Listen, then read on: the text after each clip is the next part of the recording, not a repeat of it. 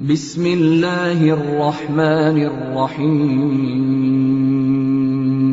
جب کبھی بھی ہماری جانب سے لوگوں کو عقیدہ توحید کی اہمیت اور شرک کی سینسٹیوٹی سے متعلق آگاہ کیا جاتا ہے تو بعض لوگ اپنے علماء حضرات کے اکسانے پر صحیح بخاری اور صحیح مسلم کی ایک حدیث کا سہارا لیتے ہیں کہ نبی صلی اللہ علیہ وسلم کے فرمان کا مفہوم ہے، مجھے اپنے بعد تم سے شرک کا خوف نہیں ہے۔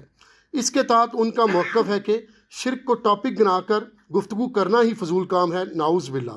پلیز اس حوالے سے علی بھائی کی ڈیٹیل جواب کی ضرورت ہے۔ علماء سو نے بڑی نیک نیتی کے ساتھ بظاہر اس امت کا بیڑا غرق کیا ہے، نعوذ باللہ من ذالک۔ یہ بھی ایک تلخ حقیقت ہے کہ شرک کے حوالے سے دو ایکسٹریم رویے ہمارے معاشرے کے اندر پائے جاتے ہیں۔ ایک ایکسٹریم پہ وہ لوگ ہیں جو یہ بات بالکل ماننے کے لیے تیار ہی نہیں ہے کہ امت شرک میں مبتلا ہو سکتی ہے، اور دوسری ایکسٹریم کے اوپر وہ لوگ ہیں جو ہر بات کے اوپر شرک کا فتویٰ لگا دیتے ہیں۔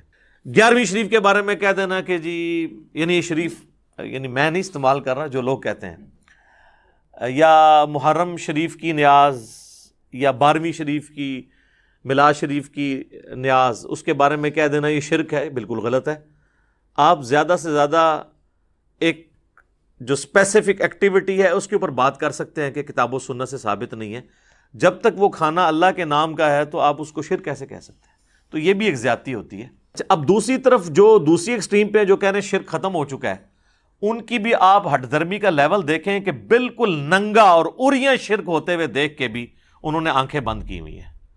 کیا اس وقت اہل تشیع کے ممبروں پر ان کا جو ایک خاص سکول آف تھاٹ ہے نصیریہ، ان کے ذاکرین قابض نہیں ہیں اور وہ اعلانیہ نعوذ باللہ علی اللہ حسین جل جلالہ یہ الفاظ استعمال کرتے ہیں، علی رازق، علی خالق، نعوذ باللہ، اور باقاعدہ اہل تشیع کے علماء نے ان پہ کفر کے فتوے دیے ہیں؟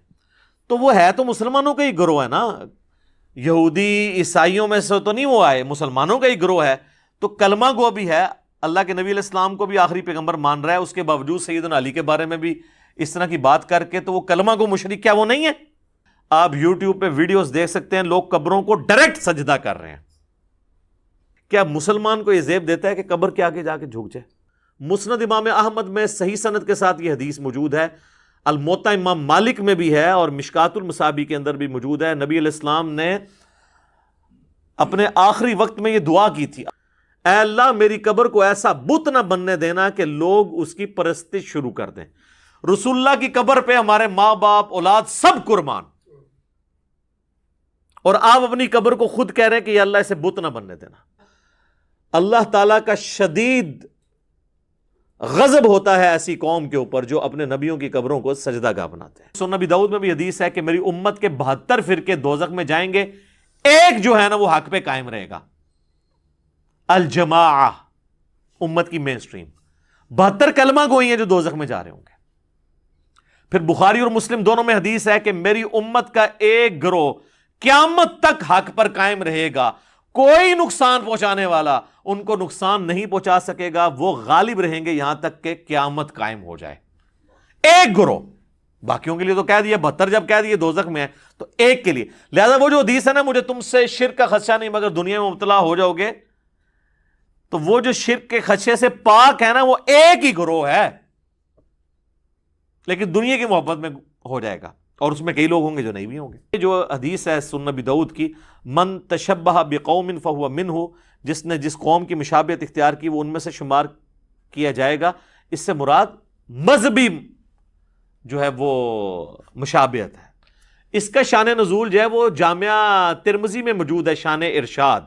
وہ حدیث مشکات کے اندر بھی موجود ہے کہ نبی صلی اللہ علیہ وآلہ وسلم غزوہ حنین کے موقع پر اپنے اصحاب کے ساتھ جا رہے تھے، راستے میں ایک درخت دیکھا جسے ذات انوات کہا جاتا تھا، اور مشرکین جنگ پہ جانے سے پہلے اپنا اسلحہ اس کے اوپر لٹکاتے تھے جنگ میں برکت کے لیے کہ ہمیں اس کی برکت سے فتح نصیب ہو جائے گی، جس کی باقیات آج تک ہیں۔ آپ بھی درباروں پہ جو درخت ہیں ان کے اوپر آپ مختلف کلرز کی ٹاکیاں اور وہ جو ہے وہ کپڑے کے ٹکڑے باندھتے ہیں۔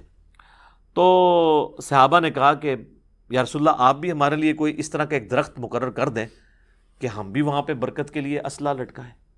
تو نبی علیہ السلام کو جلال آیا، فرمایا سبحان اللہ، اللہ پاک ہے، معذوف تھا عما یشرکون، ہر اس شرک سے جو اس کے ساتھ منسوب کیا جاتا ہے.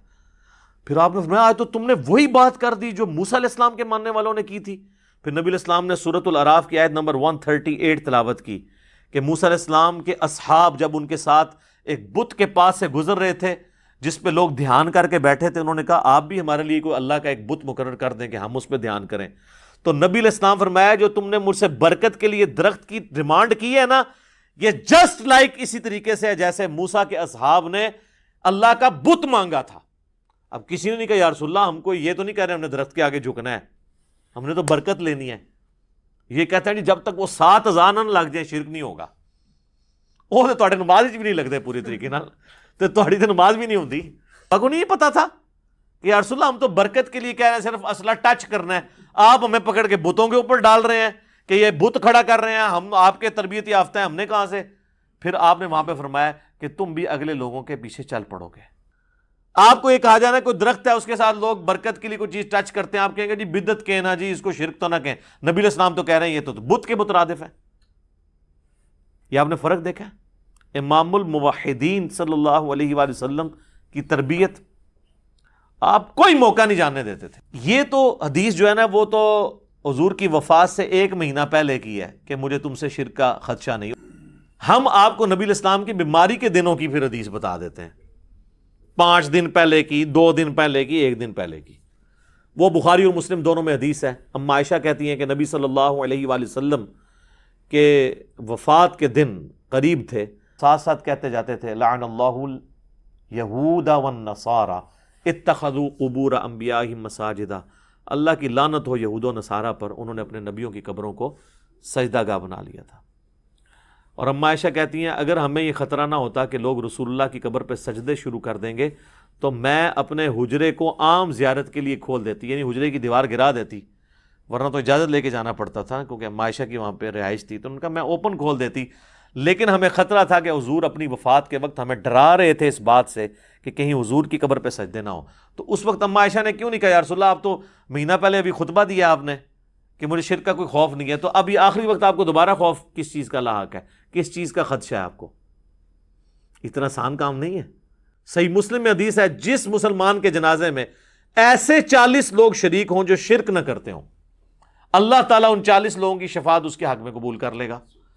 تو کسی نے حضور سے نہیں پوچھا یا رسول اللہ یہ آپ ایمبیگوس جملہ بول رہے ہیں، جنازہ تو پڑھتا ہی وہ ہے جو مسلمان ہو، ہندو نے تو مسلمان کا جنازہ نہیں پڑھنا آ کے، تو آپ یہ کیوں کہہ رہے ہیں؟ تو آپ کلمہ کو مشرک کو ہی کہہ رہے تھے. سورہ یوسف کی آیت نمبر 106 وَمَا يُؤْمِنُ أَكْثَرُهُمْ بِاللَّهِ إِلَّا وَهُمْ مُشْرِكُونَ، اور لوگوں کی اکثریت اس حال میں اللہ پر ایمان لاتی ہے کہ وہ ساتھ شرک بھی کر رہے ہوتے ہیں. اب اس میں اللہ تعالیٰ نے یہ نہیں فرمایا کہ کافروں کا ذکر ہے، بلکہ وہ ایمان تو اللہ پر لا رہے ہیں، اللہ کو مان رہے ہیں، لیکن اللہ کی نہیں مان رہے جیسا کہ ماننے کا حق ہے. تو یہ آیت بھی اس چیز کا ثبوت ہے کہ ایمان کے باوجود بھی انسان اس گمراہی میں پڑ سکتا ہے کہ وہ پیرلل میں شرک بھی کرتا رہے. اللہ تعالیٰ ہمیں اس عظیم فتنے سے محفوظ فرمائے اور ہمیں اپنے محبوب صلی اللہ علیہ وآلہ وسلم کی تعلیمات پر عمل کرنے کی توفیق عطا فرمائے. بہرحال یہ اس دور کا ایک بڑے فتنوں میں سے ایک فتنہ تھا جو بخاری و مسلم کی حدیث کو لوگ مس یوز کرتے تھے اور مس کوٹ کرتے تھے، اپنے مطلب سے اس میں چیزیں اپنا لقمہ اس کے منہ میں ڈالنے کی کوشش کرتے تھے. میں نے کوشش کی ہے کہ اس حوالے سے سارے معاملات کو کلیئر کر دیا جائے.